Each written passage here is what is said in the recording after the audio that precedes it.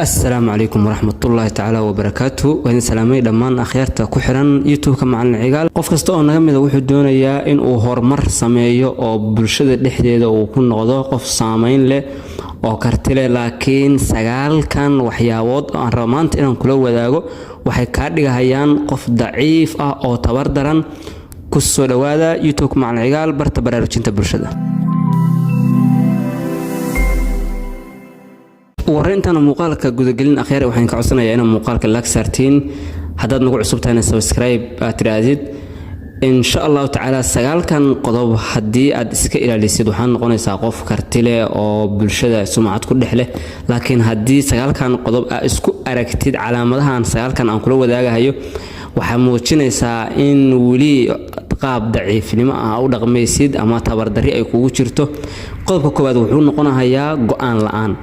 go'aanku wuxuu saameeyaa nolol maalmeedkeena maalintii ugu yaraan ilaa 35 jeer ayuu qofku go'aan qaataa liraa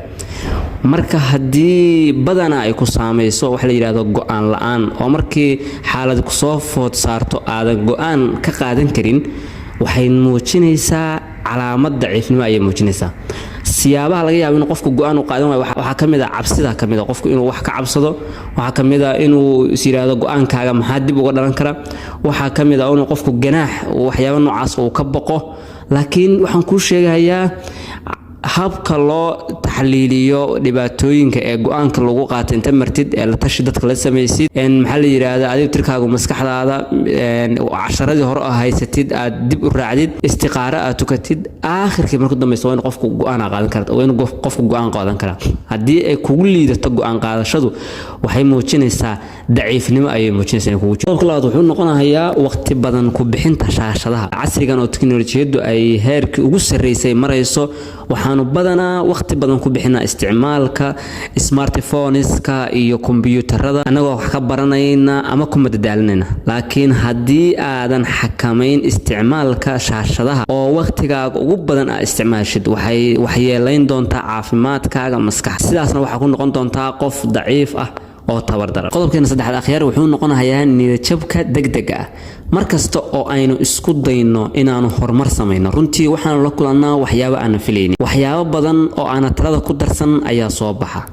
runtii niyadjabku wax dhiba ma lahan markii arinta aysan lahayn wax xal ah laakiin adiga oo xalin kara dhibaatooyin yar yar horumarkii aad isku dayda inaad sameysid waxyaabo yar oo ka hor yimid adiga oo xalin kara inaad si degdeg ah u niyadjabtid waxay muujinaysaa daciifnimadaada marka ma wanaagsano qofku inuu isla markiiba markuu wax isku dayo uu hore ka niyadjabo tusaale ahaan hadii maanta aad qorshe bilowdid oo qorshahaasi uu ku shaqeyn waayo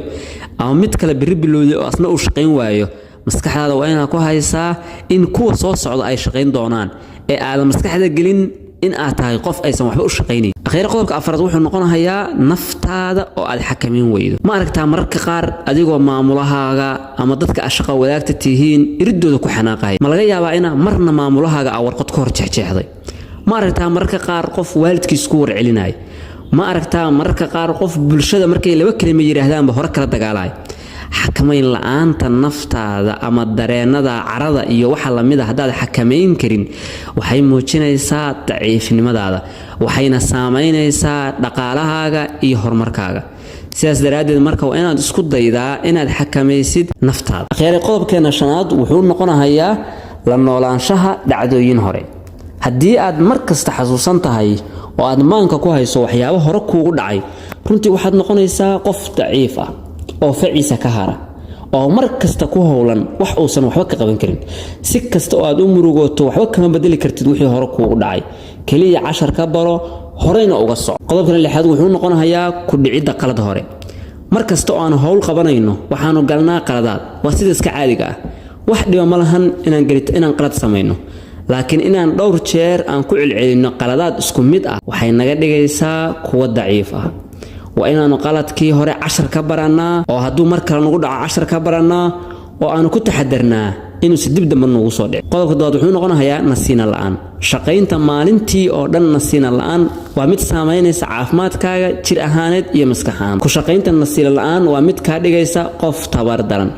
haddii aad maalintii oo dhan shaqaysid waa inaad isku daydaa inaad habeenkii xilli hore seexato oo nas laakiin hadda waxyaabaha la isticmaalo oo ah in qofku maalintii oo dhan u shaqeeyo habeenkiina baraha bulshada ku jiro waa mid ka dhigaysa qof daciif ah oo wax soo saar lahayn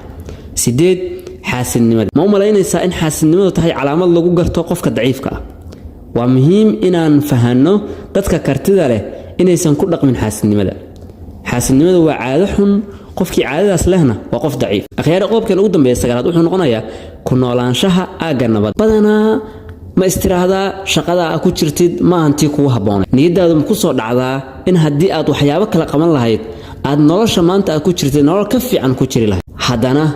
ma istiraahdaa xaggee baad ka helaysaa mushaharkan joogtada ogow laakiin khatar la'aan ma noqon kartid qofka aad doonaysid inaad noqoto inta badan waxaan aragnaa dhalinyarada oo habeenkii isbeddel ku sameeya dhanka fikirka oo waxyaabo fiican ku fakara inay qabtaan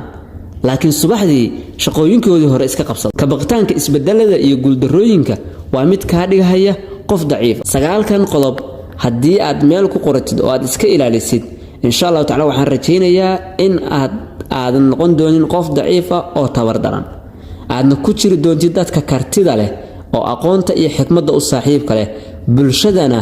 ka dhex muuqda ku soo dhawaada YouTube-ka waad ku mahadsantahay daawashada muuqaalkan commentiga halkan nagu reeb aad baa u mahadsantahay inaad muuqaaladeena si bilaash ku daawatid waa mid aan ugu talagalnay oo waqti badan gelinay